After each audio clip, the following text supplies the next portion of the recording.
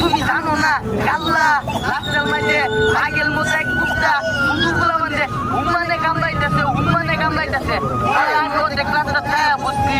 আচ্ছা আজকে আমি তোরা কে দেখ ওই কুত্তা কামড়ছে রে পাশে গেলাম একটা কিছু করু লাগবো।